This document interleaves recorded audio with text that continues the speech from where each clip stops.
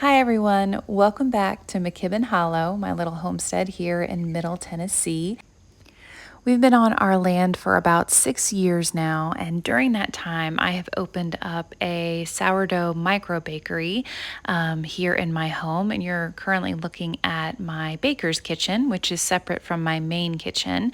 This is where we do all of our sourdough baking as well as any other kind of baking that comes along. So lots of breads, bagels, cookies, all sorts of yummy things come out of this baker's kitchen.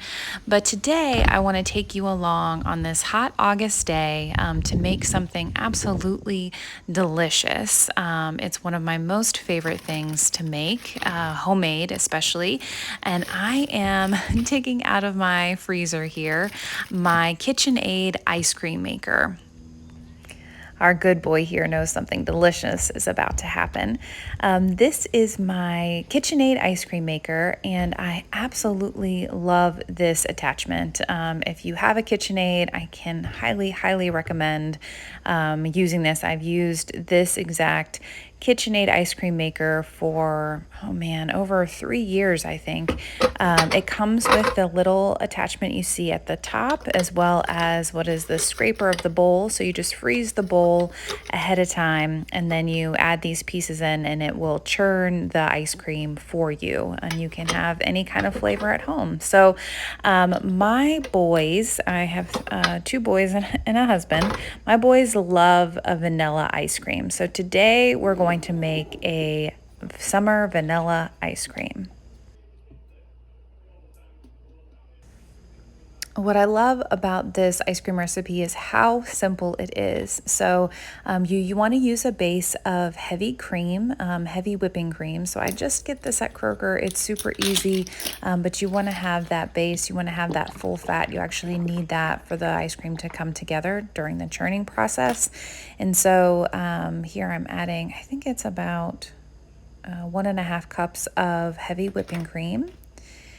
And then you want to use a full fat milk. So I use my whole vitamin D milk, and you want about another 1/2 cup of that. So I think about 2 cups for me is what, 2 cups of liquid is what will fill my KitchenAid to the brim. And I can't fit any more in the ice cream maker with that.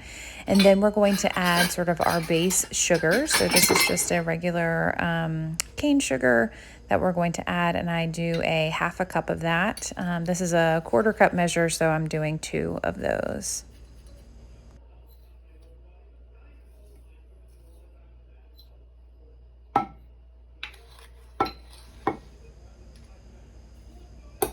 And a little extra sugar never hurt anybody. So for this ice cream recipe, so then you want to mix all of those ingredients together. So you need your heavy whipping cream, your heavy full fat milk, and then your 1/2 cup of sugar, and that's going to be your base. And you want all of your items to be as cold as possible for the churning process. So I try to make this and have it either in the fridge and kind of ready to go. So the second I take the ice cream bowl out of the freezer, that this mixture can go right into that bowl. So that's what we're doing here.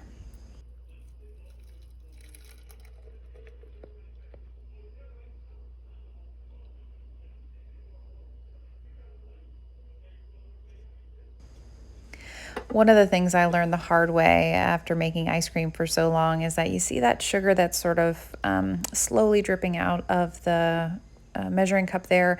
You want to scrape all of that out and make sure you get every single bit of your 1/2 cup of sugar into your ice cream mixture, just because you're going to need that not only for the sweetness but for some of the texture as it's beginning to churn. So again, I love this attachment because it already uses the KitchenAid motor that you have, and it's just going to automatically churn. So I don't have to keep another separate appliance, a separate ice cream maker.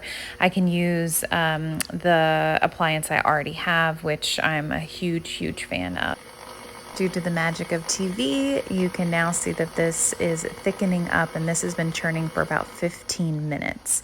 And so I like to let it churn about 20 minutes before I add my mix-ins. And so today we're making a vanilla ice cream, so I'm going to use my homemade vanilla extract. This bottle has been brewing this vanilla extract for many a moon, probably about 2 years now, maybe 3 years. And so I just add a Jack Daniel's whiskey to my vanilla beans, and then I'm going to use this pure vanilla paste to provide sort of that really traditional vanilla flavor and those flakes that my boys love to see in their ice cream. So I'm going to eyeball this. I don't think I've made a vanilla ice cream before this, so I think I'm going to do a little less than a tablespoon and sort of see how the vanilla flavor turns out for the boys. Maybe a little more. We'll see how I feel. So I just love the color on this, as well as all of sort of the vanilla bean flakes in there.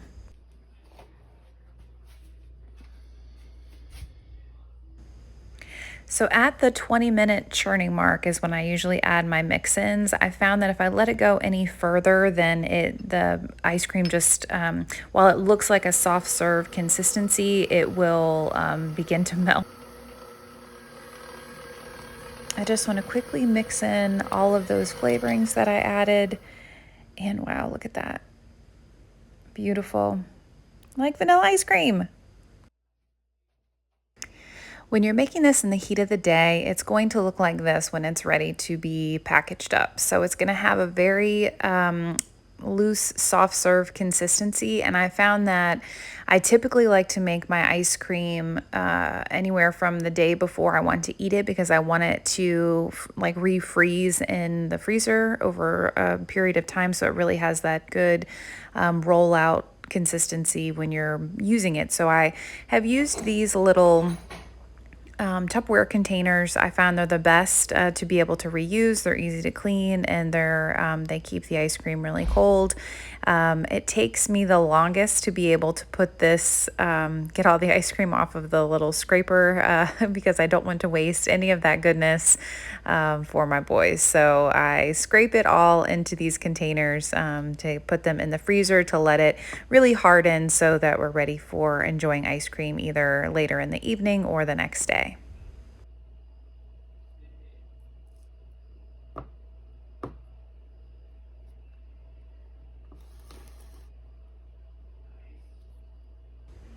Listen, friends, this is messy, but it is worth it. This is the hardest part of making the ice cream, is just trying to get it out of this scraper contraption. So as you watch me struggle doing this, just know that the ice cream was worth it in the end.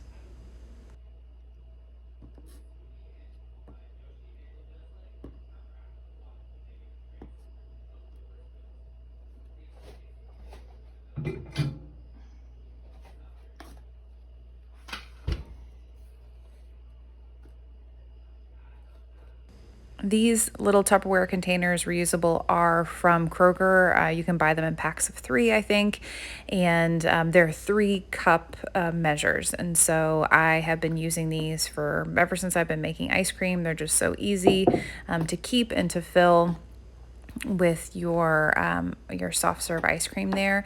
One batch that we've made, so the almost 2 cups of liquid is going to make about 1.5 of those Tupperware containers, and that's pretty good for our family. I have learned a couple of tips along the way.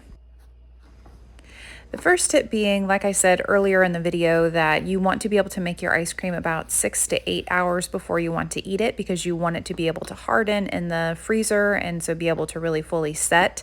This consistency is fine for the soft serve, but I find that I found early on, if I made the ice cream right before we enjoyed it, it's basically like soup by the time that you get it in your bowls and ready to serve your guests. So I always make it ahead of time, freeze it, and then I'm able to dish it out when I'm ready.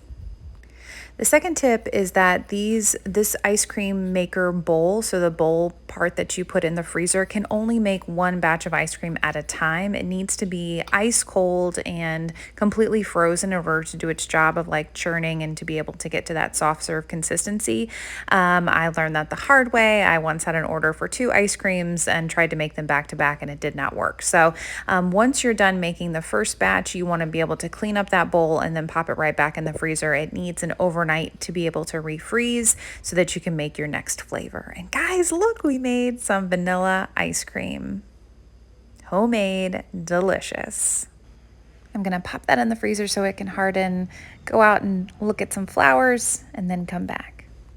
So this is a couple days later. I let this sit, and we are going to scoop it out. Forgive me, I'm gonna do this one-handed, and so it's a little funny trying to get it into the glass. But look at that. Super creamy, super delicious. What, 5 ingredients? Heavy whipping cream, full fat milk, vanilla paste, and vanilla extract, and sugar. And there you have it. Super simple, super easy. That probably took not even 10 minutes of hands-on time. And this was really delicious. So I did find that the vanilla ratio was perfect, so I'll probably do less than a tablespoon of vanilla paste moving forward. But man, it's so good. Look at that. There's your summer treat. Ready to eat.